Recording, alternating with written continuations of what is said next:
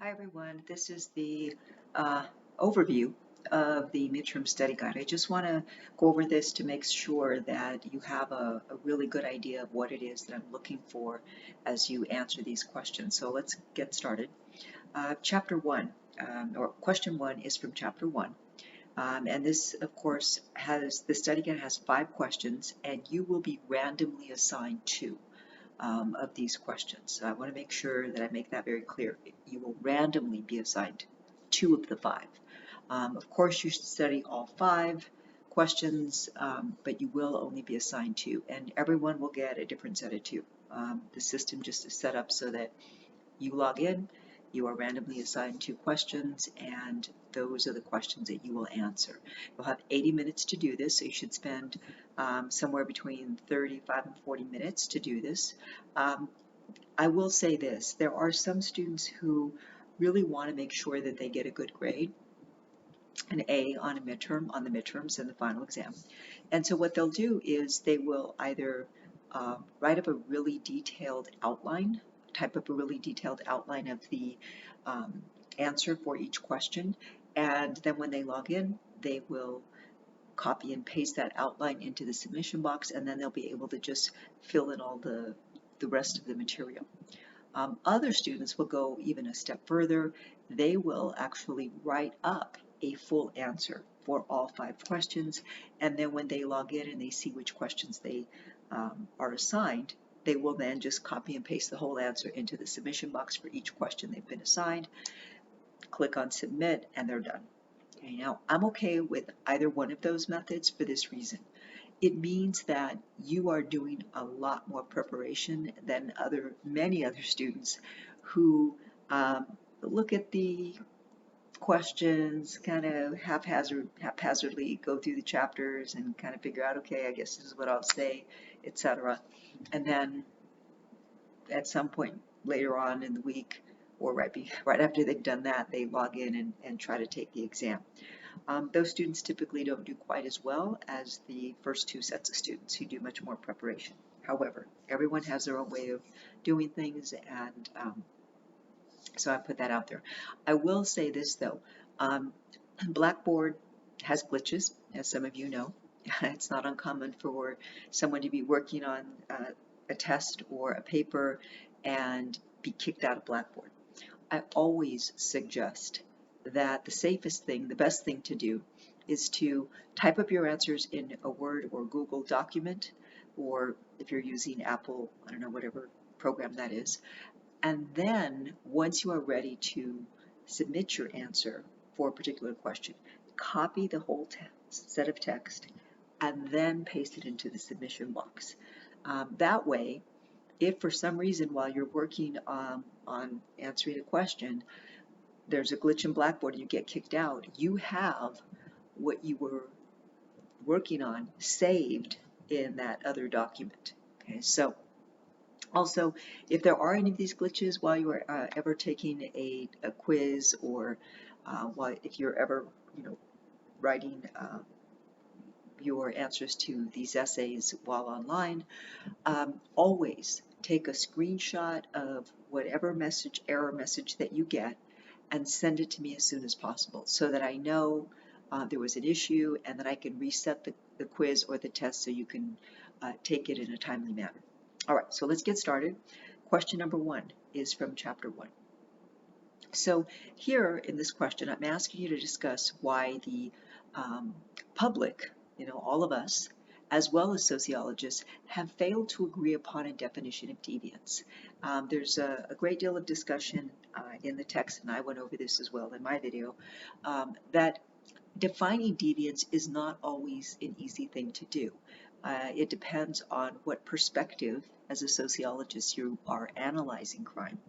In addition to that, the public, because we all perhaps have different values, different principles, perhaps some people are following a particular religion, their view of deviant behavior is shaped, influenced by these various factors, whether it's religion or their own personal morals or values or principles, call it what you will. And so make sure that you give a fairly good discussion about why this is difficult to define. And explain why achieving that definition is so difficult. Then I ask you to explain both the positivist and constructionist perspectives. And these, of course, are the two major perspectives in the sociology of deviance, studying deviant behavior. So make sure here that you give some examples to support your discussion of each of the perspectives. Why is it important to use an integrated view when studying deviance? Give at least two reasons. And there is, again, a discussion in the text about using an integrated view of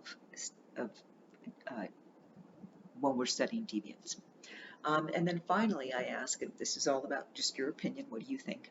How do you think that European countries view the gun culture of the US? Do you think they view it as deviant or not? Explain your opinion. Question number two comes from chapter 2. Here I ask you to compare and contrast the strain and control theories. And of course, the best way to compare and contrast anything is to explain first what each of those things are. So in this case, you explain strain theory, then you explain control theories, and then you're able to compare them, tell how they're different, tell how they're similar, and contrast, tell how they're different. In your view, what does each say about the causes of deviance? Okay, so make sure you explain that as you are explaining first strain theories and then control theories. In your view, which one of these sets of theories has more merit and why? Essentially here I'm asking you, which one do you think makes the most sense? Which thing do you think better explains the causes of deviance, and why do you think that? Discuss two strain theories and two control theories. So there are several, 3 or 4 under strain and 3 or so for maybe under control theories in the text that are discussed. So choose two strain, 2 control theories, and discuss them, explain them. Explain how these theories try to explain why crime or deviant behavior happen. Of the theories you discussed, which one or ones seem to better explain the storming of the Capitol building on January 6th? That should say 2021. Sorry, it's a typo. I'll go back and fix that. 2021. Support your answer with examples. So if you don't know what the storming of the Capitol building was on January 6th, I'm not quite sure how that is possible since it's been in the media quite a bit and the congressional hearings are occurring right now. But if for some reason you don't know what this is asking about, look it up. Do a Google search or Safari or whatever browser you use. Do a search for storming of Capitol building January 6, 2021, and you will see a lot of information there. So I'm asking you here, of the 2 theories that you discussed, of strain theory and, so it's 4, 2 of strain and 2 of control, which of these theories, or is it maybe more than one, which one or ones seem to better explain what happened on January 6th, 2021? And make sure you support your answer with examples. That's the question from chapter 2. The question from chapter 3 asks you to explain labeling theory and discuss the consequences both for those who label and those who are labeled, because there are consequences for both sets of individuals. Evaluate labeling theory and explain some of the criticisms of it, because there are some criticisms of labeling theory. Then I ask you to discuss legal reality theory and analyze how well it explains deviant and criminal behavior. Then I ask you to explain how Quinney's social reality theory differs from legal reality theory. In your opinion, which of these 2 theories, that is social reality theory and legal reality theory, which of those 2 theories better explains why crime occurs and why? Okay, again, this is just your analysis there in that last part. Question 4 comes from chapter 4. This question asks you to compare and contrast the 2 major sociological theories of physical violence. And the 2 are, and I tell you the pages to look, external restraint theory and subcultural violence. So explain each of them, and then how are they different, how are they similar. What is the main idea of each theory? How do they differ from each other? Okay, that's what I'm asking you to do there. Which theory seems to explain the most violence and why? Describe the social factors associated with genocide. What would you say to somebody who says that people who support genocide are all, quote, a bunch of psychopath monsters and sadists? Do you think that anyone can be caught up in the support of genocide? And I want you to think of Nazi Germany, and do you think most of the people who supported Hitler were bad people? And explain. And then finally, and I see there's some typos there, so I'm going to have to fix those too. Finally, question 5, compare and contrast the psychological and social psychological views of why men rape. Are these men abnormal? Are they driven by society? What do these two theories seem to be telling us?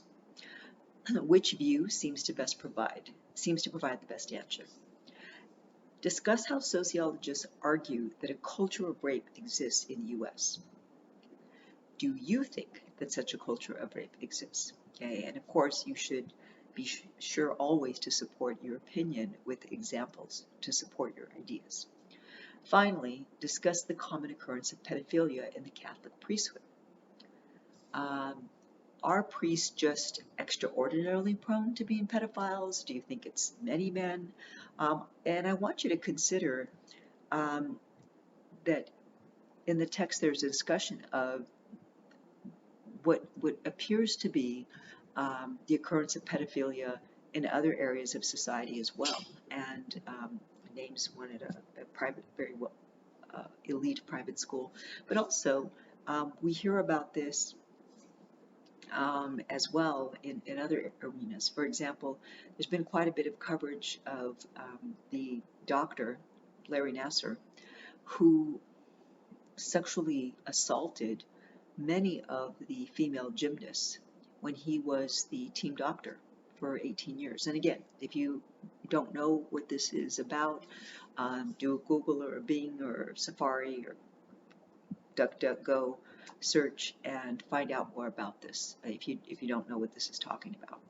Now, I'm asking you to think about why do you think it is that there are so many, what appear to be so many instances of pedophilia in the U.S.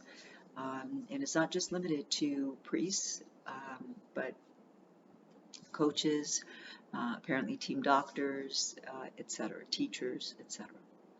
So that is it, and I'll go ahead and correct those little typos there and make sure that the typos don't show in the midterm when you log in. Okay, so that's it. I hope this was helpful.